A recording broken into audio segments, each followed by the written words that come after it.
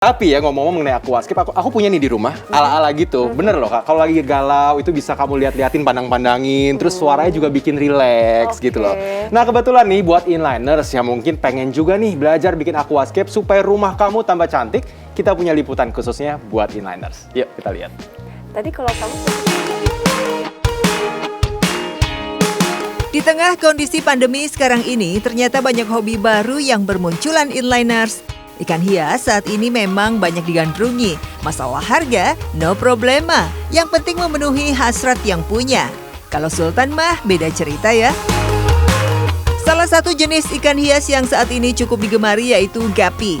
Jenis ikan ini cukup populer dan banyak dilirik, seperti yang dilakukan oleh komunitas Gapi Soloraya, Jawa Tengah. Komunitas yang berdiri sejak tahun 2016 ini sudah memiliki anggota sekitar kurang lebih 300 orang. Di tangan mereka, ikan gapi nggak cuma dikoleksi inliners, tapi juga jadi peluang bisnis sebagai penghasilan tambahan. Gapi atau disebut juga dengan ikan seribu adalah jenis ikan hias air tawar yang cukup populer di dunia. Dari segi bentuk dan warna, ikan gapi memiliki postur tubuh kecil memanjang dengan warna-warni menyala. Ikan gapi dengan kualitas terbaik ternyata nggak cuma dinilai dari warnanya aja ya inliners. Terdapat patokan sesuai dengan standarisasi Gapi Nasional Indonesia untuk menentukan harga tiap ekor ikan gapi. Satu pasang ikan gapi ternyata memiliki harga yang cukup fantastis inliners. Mulai dari 50.000 sampai dengan 1 juta rupiah. Di Indonesia, ikan gapi juga sering diikutsertakan dalam perlombaan alias kontes. Wah, benar-benar hobi yang membutuhkan duit ya. Nah, buat yang tertarik memelihara ikan gapi, makin paten kalau sepaket dengan tempatnya. Aquascape. Aquascape adalah seni mendekorasi pemandangan dalam akuarium. Uniknya, dalam aquascape semuanya terkonsep, mulai dari ikan, bebatuan, dan kayu. Selain itu, nggak lupa mengedepankan estetika seni, ketelatenan, dan kesabaran yang tinggi. Bersama teman-teman dari Aquascaper Solo Community, gimana kalau kita belajar membuat aquascape inliners? Secara definisi, aquascape adalah seni menghias akuarium dengan menempatkan berbagai ekosistem hidup di dalamnya. Beda dengan akuarium yang fokus ke perawatan ikan.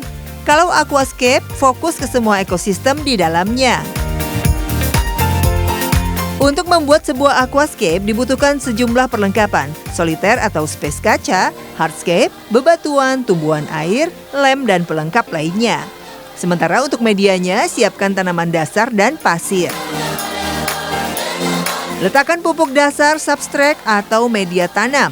Kalau sudah, susun bebatuan dan pepohonan, tambahkan pasir.